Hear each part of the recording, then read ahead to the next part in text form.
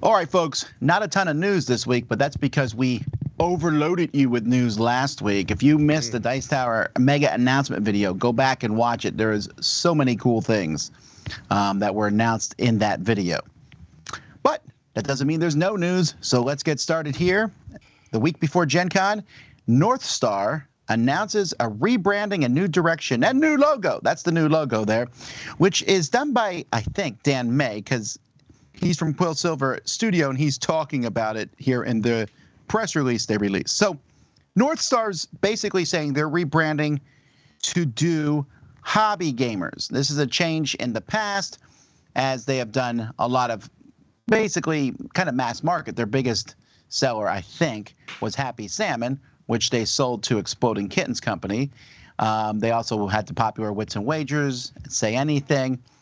And then Evolution was a popular game, but I don't even know if they have Evolution anymore. Their only game that I know that they have right now for sure is the one that just came out, which was the Painting the Roses. Yeah, Painting the Roses. I do think it's a little odd that they're announcing that their focus is hobby gamers.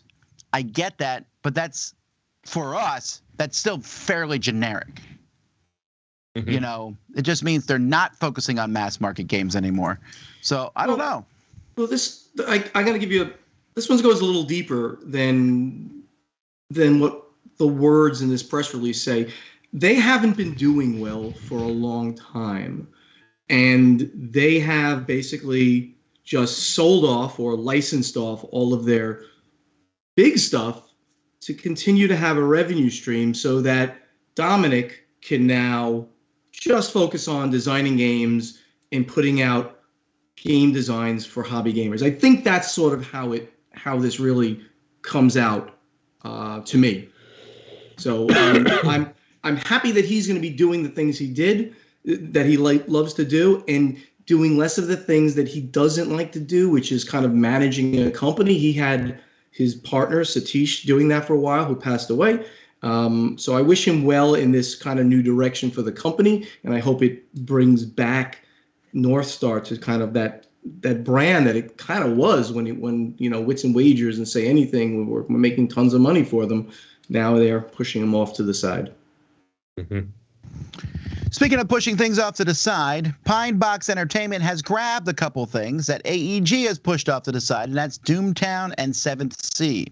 When collectible card games came into their heyday in the mid-90s, these were two that came out, and these both reveled in their complexity. I remember buying Seventh Sea because I was excited about pirates, and I could barely understand how to play it. I'm not sure anyone in the world has played it correctly. Doomtown had a re-release from AEG, I don't know, 5-6 years ago, and that one is... They released it as a living card game for about 2 days until Fantasy Flight told them they could not say that.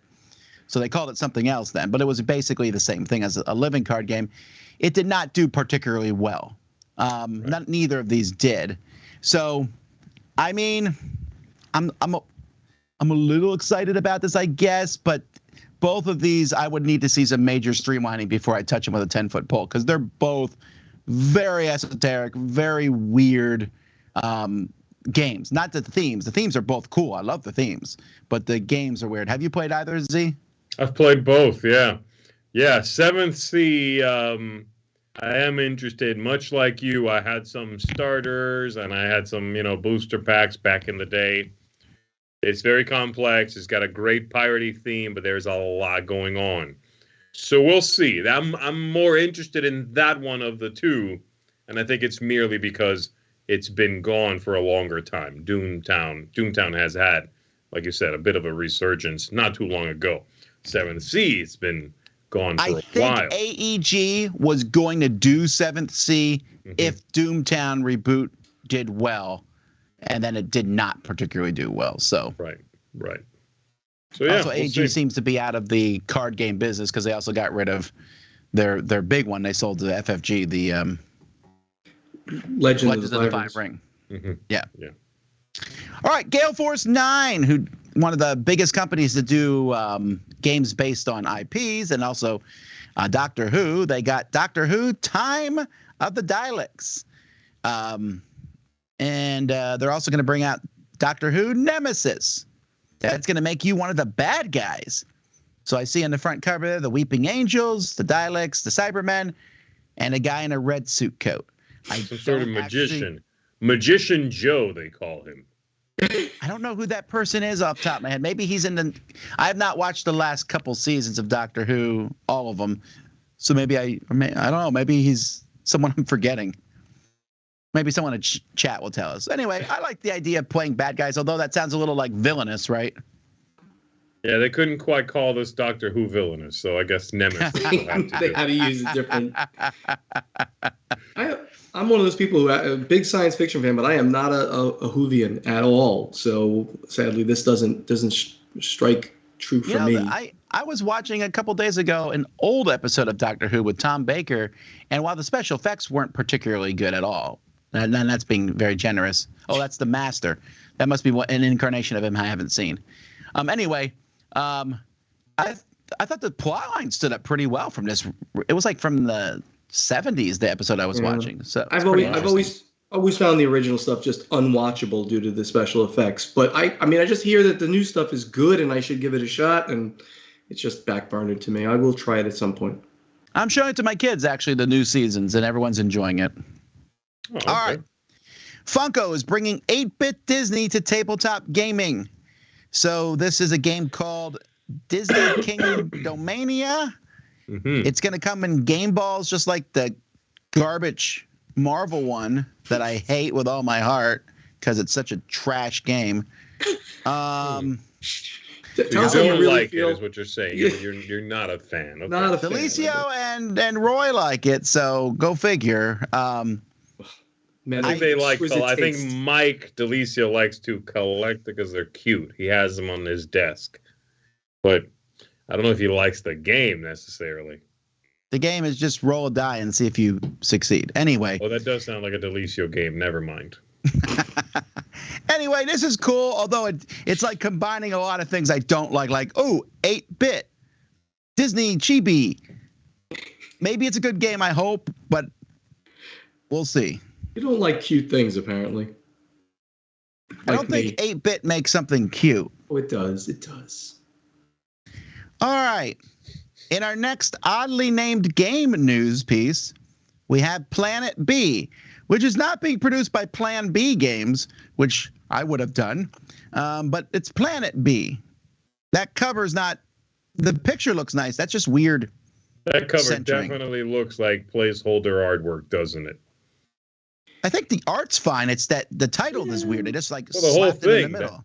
It looks like there should be in the corner. It should say, not final. A little asterisk and not final.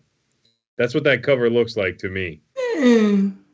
I disagree. It's okay. I mean, I like, what this thing said to me when I saw Hansum Gluck, major Euro game company, doing a science fiction game, heavily science fiction. I just thought, I was like, oh, that's cool. I want to check this out. And this is an Essen release, I assume. So yes, I will stop by their booth and check this out. I don't think this is a sci-fi themed game, actually. Because no, it is somewhat sci-fi. Right. It's actually a Plan B. It's the next planet you're sending people to, but then you're just on the planet.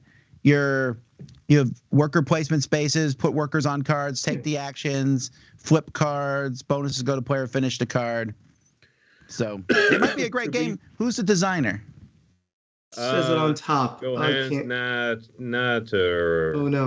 I don't know who that is. Don't know. I will say though, Tom, if you are on a planet that is not Earth and you got there without magic, it's a sci-fi game. Yeah, it's kind of... No. I understand that, but that's...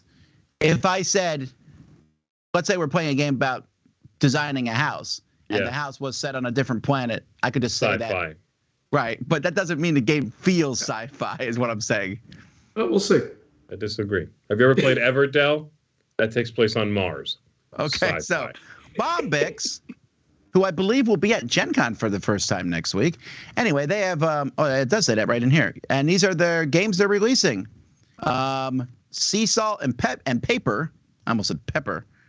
And Look at the Stars. I love the artwork for the Paper game. These are both, by the way, going to be demoed there, and they are Spiel releases. Okay, so they will be at I see Gen what you're Con. saying. Okay. They're showing them off. And you can get them at at Essen in a couple months after that. Yeah, one of these is co-designed by Bruno Catala, so I was kind of interested in that. It does seem like a very small little card game. I saw a little bit of it. There was a video I found with designer Catala explaining it a little bit in French, so I didn't really understand what was going on, but it didn't seem like there was much to the game. And that cover's a little weird. The origami look is interesting, not necessarily captivating to me. The other one, I agree. I like the look. I don't know. I think the photography isn't doing it any favors. I think the other one looks really neat. The look at the stars. I like the sea salt and paper look. I think that's interesting. It's just interesting look, and it's coming. That's what the game is about on some level, I'm sure. Speaking of salt, we should take a look at bacon, because bacon's always good for the soul. Anyway, let's take a look at our next game, which is Dice Hunters of Therion. This is from Richard Garfield and Amigo, and he already did a game with them called Carnival of Monsters, and I believe this is a dice version of that game. I don't know. This has animals wearing outfits, so it can't be the same universe. I'm not really sure. It's a science fiction. It's fantasy. Not loving this cover. I do like Richard Garfield's games for the most part, though. I think he has more hits than misses, with me anyway. So I'm looking forward to trying it out. Yeah, this is a wait and see for me. More anthropomorphic animals. Gotta like it. All right, did you think Smash Up was gone? Ha ha ha, you fool. Smash Up's 10th anniversary set come out. This is the reason that AEG doesn't have any of those CCGs anymore, because Smash Up is also known as Money Up. Smash Up, the 10th anniversary is coming out with 4 new factions: Mermaids, Skeletons, World Champs, and I'm actually not sure what the 4th one is here. I'm seeing a little girl. Sheep is the fourth. Oh, Sheep is in it. Sheep. Sheep was great. One that you could originally email them and get somehow as a promo. It also has Titans, which work with their expansion. I had Giant Titans before, which is fun, and a bunch of other stuff in there, including a 10th anniversary art book. I don't know if I care about that, but it's $50. So this is a bigger version. Oh, it's the core game now. So that's something different. They haven't done a core game since the first one.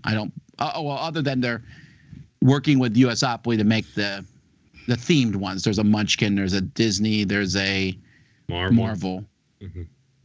And then there's this. So that's cool. I think having a new version of the base game once in a while is always good, because it helps build the core, and you can still buy it as an expansion. I don't know if I agree with that. I mean, I'm sure you're right, but this being a new jumping on core box, because their bench is so deep, you end up with 4 or whatever factions that are so esoteric. You know what I mean? If this was my first exposure to this, I'd be thrown off. I'm like, okay, one of the factions is sheep, and then some people playing soccer. Give me something more middle of the road, like robots and vampires, but they did that. You see what I'm saying? You're a vanilla kind of guy. I like the sheep. No, I think this is a weird jumping on point if you've played nothing else. No, I agree on that, Z, but I do also wonder, this is a small version, because the original one came with 8 factions. Mm-hmm. This one only has 4. Okay, maybe, right. Then if it's Skeletons actually, I think, I think that one works, and having skeleton sheep is funny. I do wonder, though, it says it's for 2 to 4 players. I don't know how you can do that with 4 factions. How many do you need? Well, it's Smash Up. You need 2 factions to make a deck. You said it was Money Up. You're changing your tune. I don't know. I'll look at it it's being released in October, but I'll look at it at Gen Con. All right.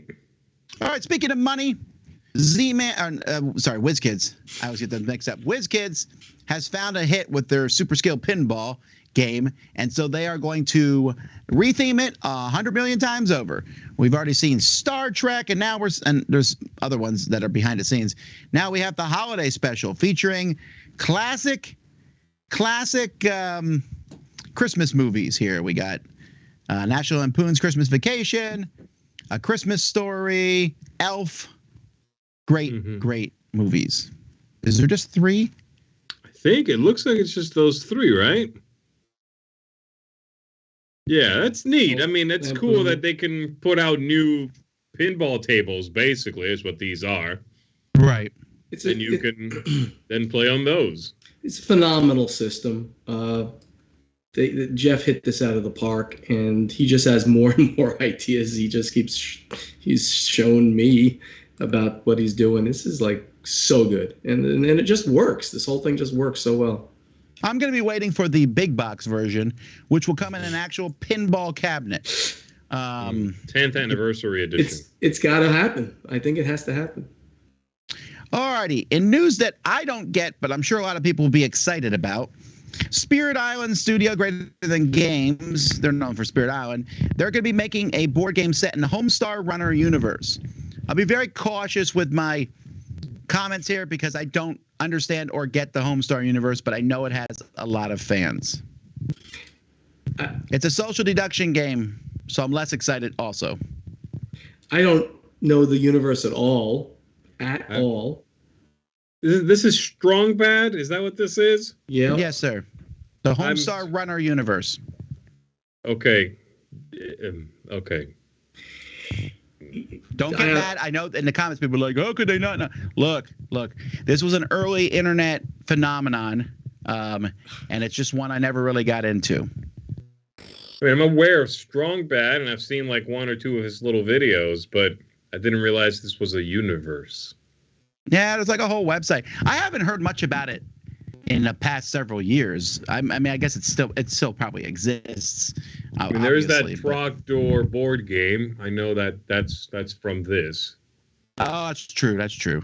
But there's not a lot of crossover there, so I guess this is another one using this theme. Yeah.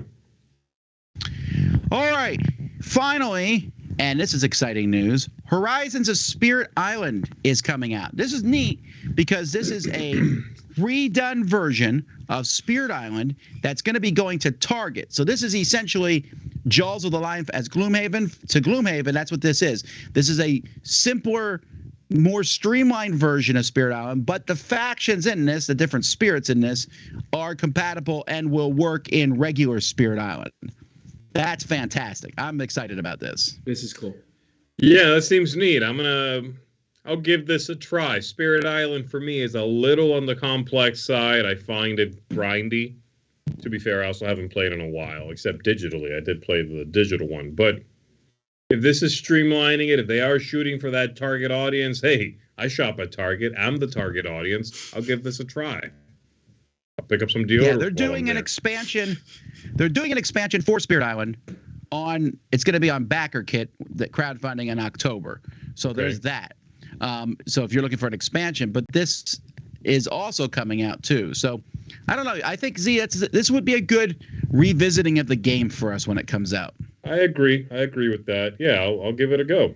See if I am as stupid as everyone seems to tell me I am. Oh, well, I didn't want to say that, but. Well, anyway, folks, that is the news.